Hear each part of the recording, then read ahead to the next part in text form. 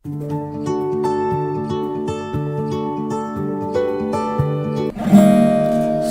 Shalom, Besem Hamasia.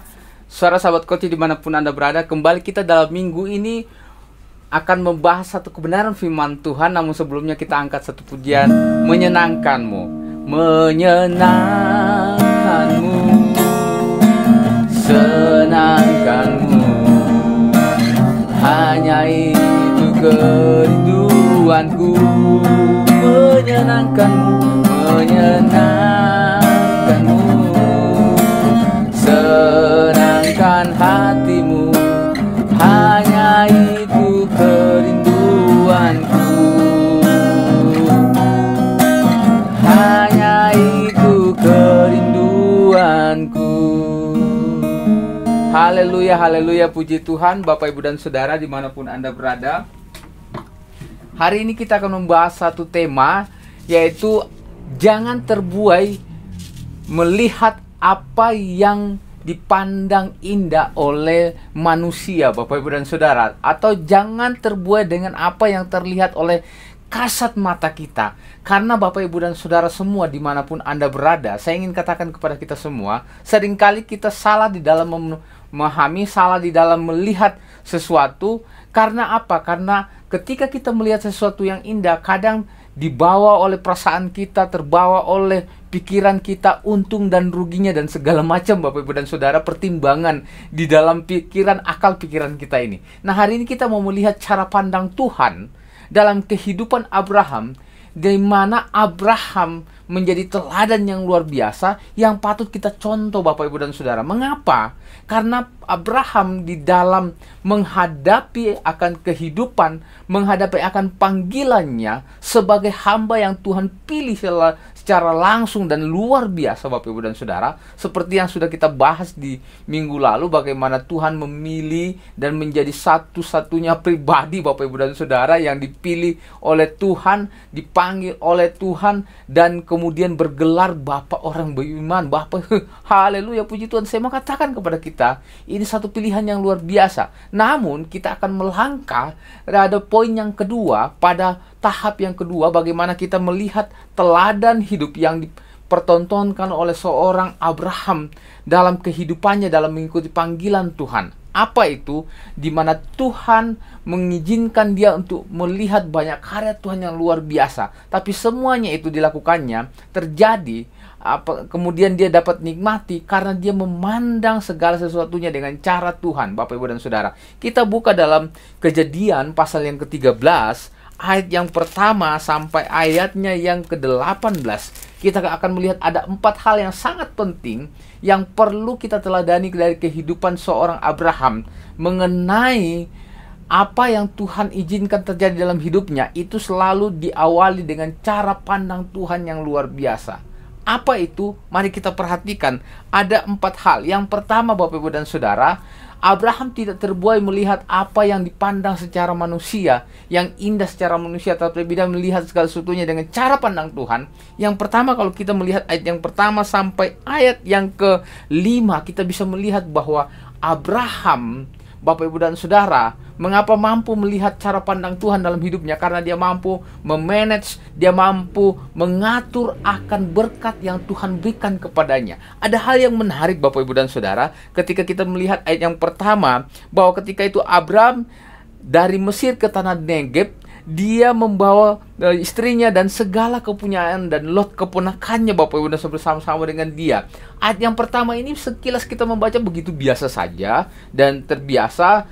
Penulis kitab Kejadian menuliskannya seperti itu ketika ada satu perpindahan tempat dari satu tempat ke tempat yang lain, Bapak, Ibu, dan Saudara, siapa tokohnya. Tetapi Bapak, Ibu, dan Saudara, disebutkan di situ dengan segala kepunyaannya. Saya mengatakan kepada kita semua bahwa seorang Abraham mampu memanage akan apa yang Tuhan berikan kepada dia, dan dia bertanggung jawab akan kehidupan orang-orang yang ada di sekitarnya, baik itu istrinya maupun ponakannya maupun orang yang bekerja kepada dia itu sangat luar biasa. Itu makanya segala sesuatu yang dia lakukan dan kerjakan dalam perjalanannya mengikuti panggilan Tuhan, dia selalu apa? Dia selalu mengikuti cara pandang Tuhan.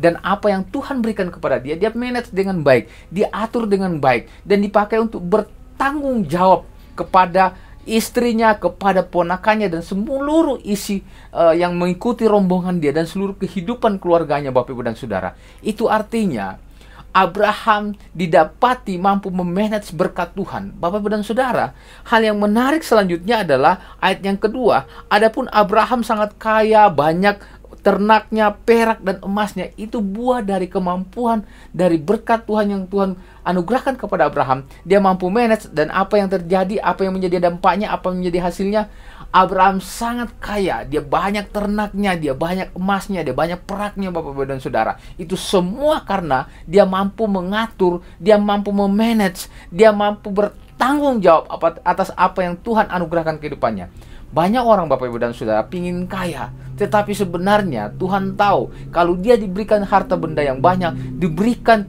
berkat yang banyak, dia tidak mampu memanagenya. Bahkan ada orang ketika sudah mendapatkan, kemudian berkat Tuhan dipakai untuk foya-foya, dipakai untuk judi, dipakai untuk kedukun, dipakai untuk trading, segala sesuatu yang kemudian membawa malapetaka dalam kehidupan keluarganya. Dan dampaknya adalah ketika itu keluarganya harus pecah, harus berpisah, harus cerai, harus berantakan, broken home dan segala macam, Bapak Ibu dan Saudara. Itu karena ketika dia diberikan harta benda, diberikan berkat, dia tidak mampu memanage berkat Tuhan. Saya mau katakan kepada kita semua, Abraham adalah contoh pribadi yang Tuhan pakai secara luar biasa, dan itu terjadi karena dia punya cara pandang yang sesuai dengan kehendak Tuhan, bahwa apa yang Tuhan anugerahkan ke dalam kehidupannya, dia pakai untuk tanggung jawab. Haleluya. Bapak Ibu dan Saudara, ada pelajaran penting. Ketika Tuhan memberikan kepada kita berkat, maka kita pakai untuk bertanggung jawab, baik terhadap diri kita, terhadap anak, terhadap istri,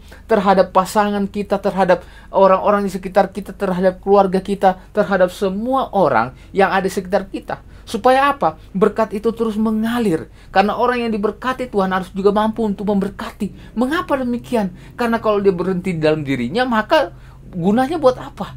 Saya mau katakan, banyak orang menimbun harta kekayaan untuk dirinya sendiri, tapi dia tidak pernah memakainya untuk dipertanggungjawabkan, untuk dipakai memberkati banyak orang, Bapak Ibu dan Saudara. Apa yang terjadi Tuhan ambil. Nah, saya ingin mengajarkan kepada kita semua bahwa ayat yang pertama sampai ayat yang kelima, kalau kita memperhatikan ayat yang ketiga, ayat di mana Bapak Ibu dan Saudara, kalau istilah sekarang itu di zaman itu melakukan persinggahan dari satu tempat ke tempat yang lain. Kalau sekarang lebih dikenal dengan istilah healing, Bapak Ibu dan Saudara. Dan saya mau katakan kepada kita semua, seringkali kita juga ketika dalam kehidupan kita, ketika kita berpindah dari satu tempat ke tempat yang lain, Bapak Ibu dan Saudara, harusnya kita juga bertanggung jawab menjadi berkat. Dan Bapak Ibu dan Saudara, yang hebatnya dari seorang Abraham, kalau kita baca ayat yang ketiga, dia kemudian melakukan perjalanan dari kemudian tanah Negeb, kemudian ke Betel, kemudian ke tempat yang dulu di mana dia memanggil nama Tuhan dan membangun mezbah, Bapak Ibu dan Saudara. Dia berjalan itu bukan asal berjalan. Dia selain menjadi berkat, Bapak Ibu dan Saudara, dia kemudian healing, Bapak Ibu dan Saudara, dia juga membangun relasi yang banyak. Orang-orang yang diberkati Tuhan, yang mampu memanage berkat Tuhan, adalah orang-orang yang mampu kemudian membangun relasi satu dengan yang lain tanpa melihat kondisi apapun, Bapak Ibu dan Saudara. Mengapa? Karena dengan cara itu dia mampu menjadi berkat, dan Tuhan akan kirimkan lebih banyak lagi. Hal ini mungkin kita berpikir, kok aneh ya Bapak Ibu dan Saudara. Tapi saya mau katakan, ketika kita baca ini, kita bisa melihat bagaimana Tuhan menyatakan kasih karunia-Nya kepada Abraham. Karena cara pandang Tuhan dalam kehidupannya, dia pakai bukan keinginan dirinya sendiri, bukan dipakai untuk egonya, bukan dipakai untuk keinginannya, kemudian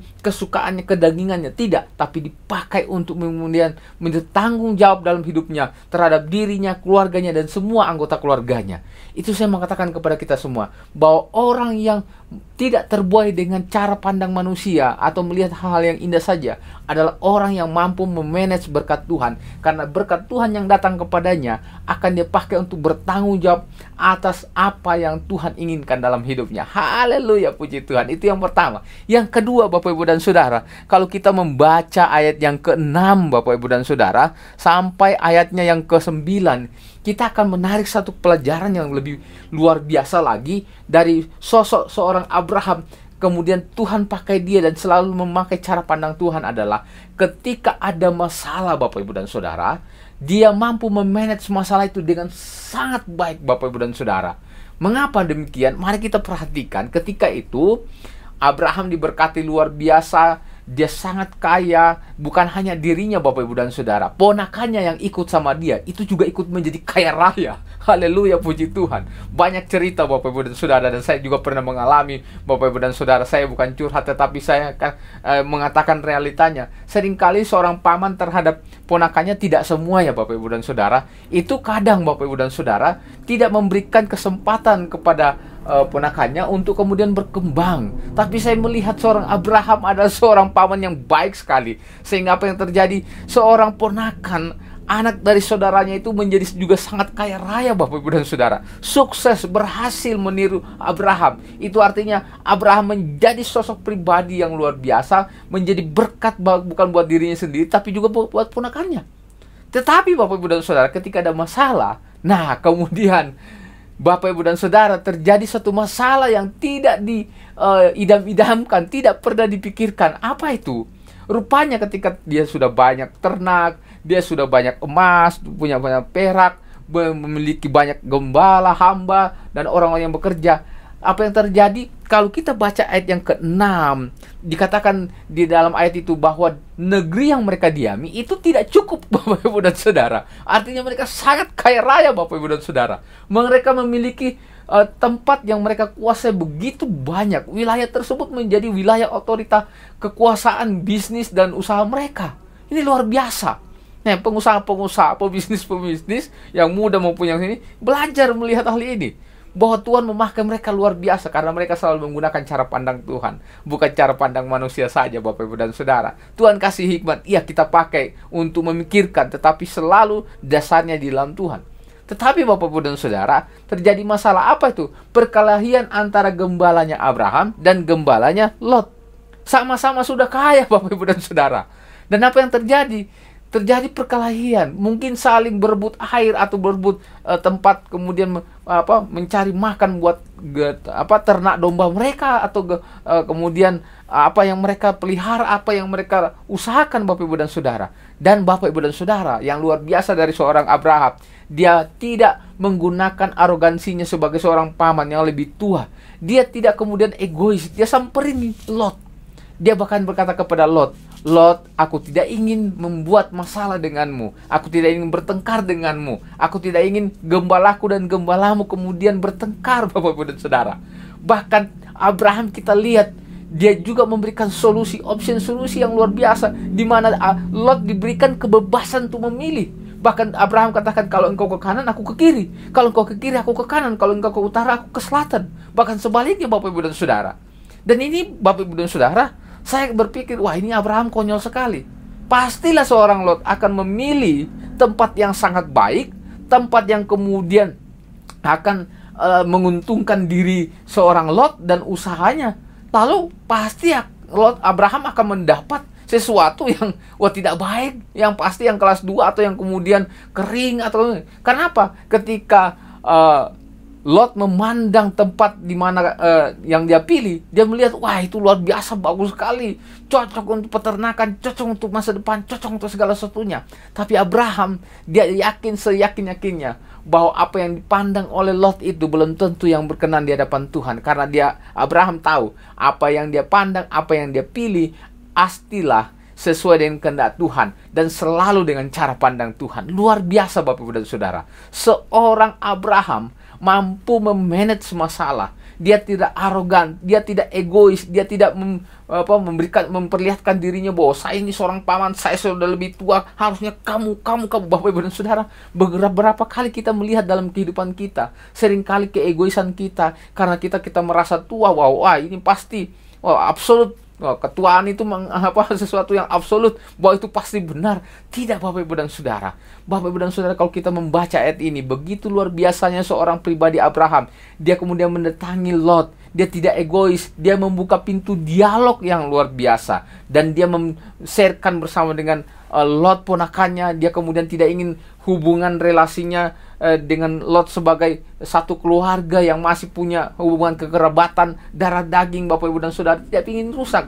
Dia juga tidak ingin berkelahi secara fisik, dia juga tidak ingin merusak usahanya dan nama baiknya, Bapak Ibu dan Saudara. Mengapa?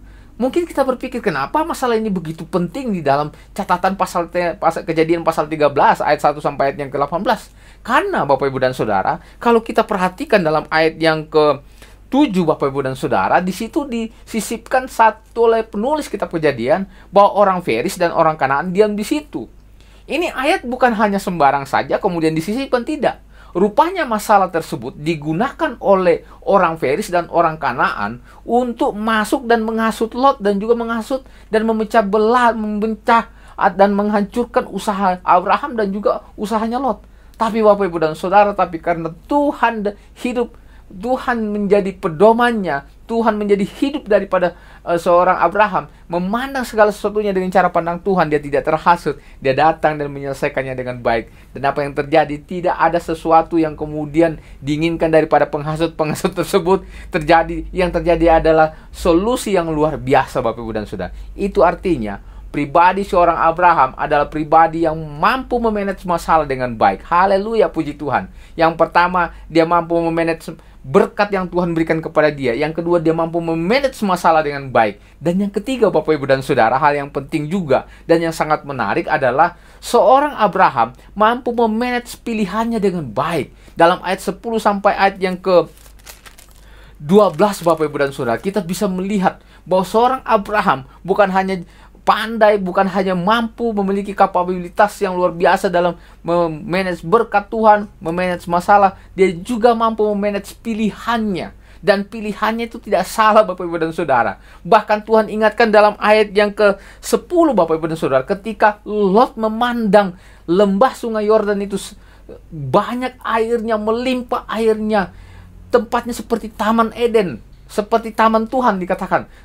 Tempatnya juga seperti tanah Mesir yang melimpah-limpah, Bapak Ibu dan Saudara, dan sumber daya alamnya luar biasa. Dipastikan secara secara materi pasti menguntungkan, pasti membuat usahanya, dan pasti masa depannya akan jauh lebih cerah. Dan pilihan yang kedua yang dipilih oleh seorang Abraham, saya pastikan Bapak Ibu dan Saudara, kalau saya atau mungkin kita Bapak Ibu dan Saudara pasti sudah berpikir, wah sudahlah, saya pasti memilih, tidak mau saya harus memilih pilihan yang kedua. Apa itu? Memilih pilihan yang suram, memilih pilihan yang tidak enak. Karena apa? Pilihan itu jatuh kepada seorang Lot yang jauh lebih baik.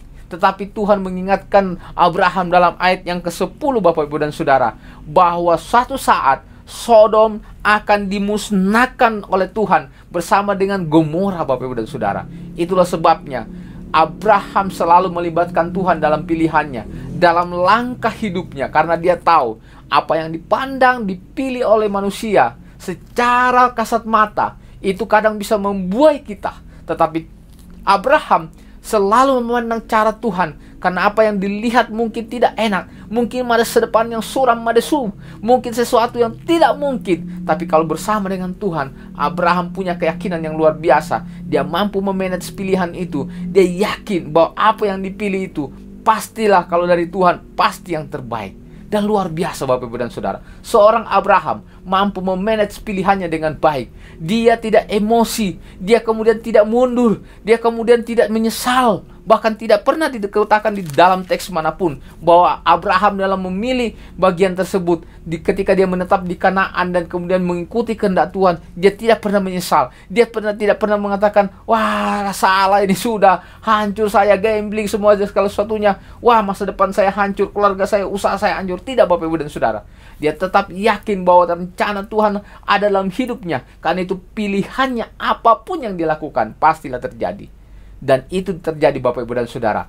Lot, Bapak Ibu dan Saudara, kemudian dikatakan Tuhan ingat, Lot kemudian memilih tempat tersebut, tempat yang banyak airnya, tempat yang seperti taman Tuhan yang melimpah-limpah segala sesuatunya di dalamnya, sumber daya alamnya yang luar biasa, kondisinya yang luar biasa enak, Bapak Ibu dan Saudara.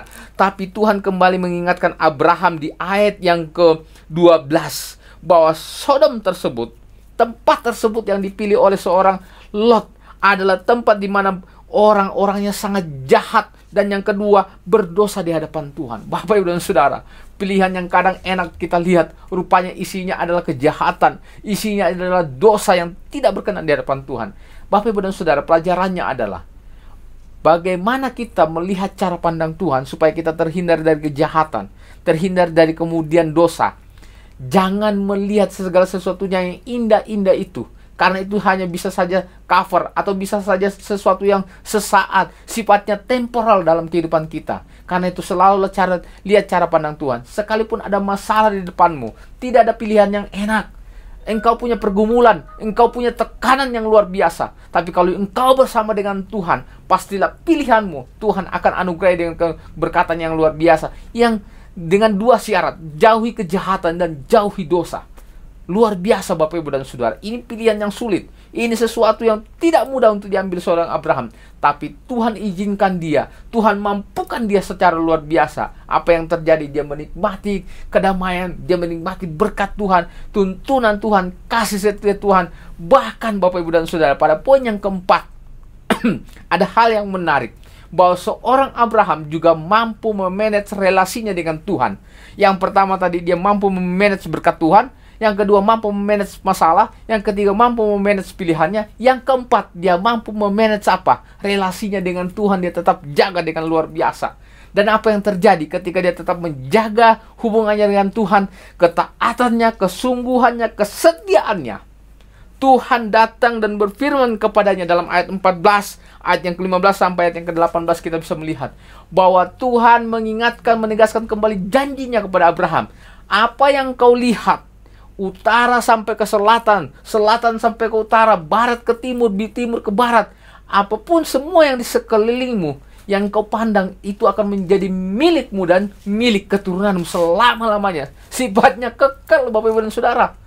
Apa yang dari Tuhan, pilihan yang dari Tuhan, pasti sifatnya baik dan kekal adanya. Tidak ada yang temporal. Dunia hanya memberikan sesuatu yang temporal, yang sifatnya sementara. Tapi Tuhan kita, Allah kita, kalau kita menyenangkan hatinya, kalau kita taat di hadapannya, kalau kita sungguh-sungguh berkenan di hadapannya, maka saya yakin dan percaya bahwa Tuhan yang kita sembah, Allah yang kita sembah, akan memberikan janjinya dan berkatnya. Bahkan sesuatu yang Tuhan anugerahkan selalu sifatnya abadi Bapak, Ibu, dan Saudara. Pada Abraham dan kepada keturunannya. Haleluya, puji Tuhan. Bahkan dikatakan keturunanmu akan menjadi seperti debu tanah. Dan Tuhan menggambarkan bahwa jika ada orang yang mampu menghitung debu tanah, maka seperti itulah jumlah daripada keturunanmu. Karena memang Abraham pada saat ditegaskan kedua kalinya ini, Abraham belum punya anak Bapak, Ibu, dan Saudara. Mereka makin hari makin tua. Dan Bapak, Ibu, dan Saudara, saya akan janji itu palsu, hoax jangan-jangan, atau saya jangan-jangan di-prank. Saya mau katakan kepada kita semua, Tuhan tidak pernah nge-prank kita. Tuhan tidak pernah memberikan janji yang palsu. Tuhan tidak pernah memberikan sesuatu yang hoax dalam hidup kita. Karena dia selalu Allah yang menepati janjinya. Allah yang selalu kemudian melakukan segala sesuatunya. Selalu indah dalam hidup kita. Memang Bapak, Ibu, dan Saudara, pilihan kadang kita sesuatu yang real saja. Kita kadang mengatakan, yang penting saya realistis orangnya. Ya, memang Bapak, Ibu, dan Saudara. Tapi Tuhan selalu melakukan sesuatu yang ajaib. Apa yang tidak pernah dilihat oleh mata, yang tidak pernah didengar oleh telinga, yang tidak pernah kita rasakan sebelumnya, Tuhan sediakan, Tuhan mampukan segala sesuatunya. Syaratnya, selalu lihat cara pandang Tuhan. Kalau kita mampu memanage setiap berkat Tuhan yang Tuhan percayakan buat kita, kita mampu memanage kemudian masalah dalam hidup kita. Kita tidak emosi, tidak melakukan hal-hal yang arogan, tidak kemudian melakukan hal yang tidak berkenan di hadapan Tuhan. Maka Tuhan akan memberikan jalan keluar. Kita juga mampu menjadi seorang yang memanage pilihan, tidak kemudian melihat secara kasat mata masa Indonesia saja, tetapi selalu bertanya sama Tuhan, Tuhan, apakah benar pilihanku ini? Dan yang keempat, relasi dengan Tuhan itu jangan pernah dihilangkan, karena itu kunci dari segala sesuatunya. Bagaimana Tuhan mengarahkan kita. Mungkin kita berpikir, apa sih maknanya buat saya? Selalu bertanya pada Tuhan. Dan jika Tuhan sudah memberikan berkat kepada kita, sekecil apapun, sebesar apapun, tetap kita harus mampu memanage dengan baik. Kalau ada masalah, manage dengan baik, atur dengan baik. Jangan selesaikan dengan egomu, dengan kesombonganmu, dengan kekayaanmu, dengan relasimu, dengan kekuasaanmu, tapi selesaikan dengan cara Tuhan. Pasti Tuhan akan turun tangan buat kita, dan Dia akan menyelesaikan dengan cara-cara yang ajaib, Bapak Ibu dan Saudara, yang tidak pernah kita pikirkan dan rencanakan sebelumnya. Karena selalu Tuhan hadir di saat kita punya relasi yang luar biasa. Sebab itu Tuhan akan berikan pilihan yang terbaik dalam hidup kita. Apa yang terjadi? Disitulah kemudian Abraham menikmati hari-harinya. Dalam perjalanan, kalau kita membaca ayat 17-18, ketika Abraham bersiap menjalani akan panggilan Tuhan, akhirnya dia menikmati dan dia bersyukur sama Tuhan. Dengan tanda apa? Dengan tanda dia membangun mezbah bagi Tuhan, Bapak Ibu dan Saudara, di Mamre dekat Hebron. Dia mendirikan mezbah bagi Tuhan dan bersyukur di hadapan Tuhan. Tuhan, terima kasih.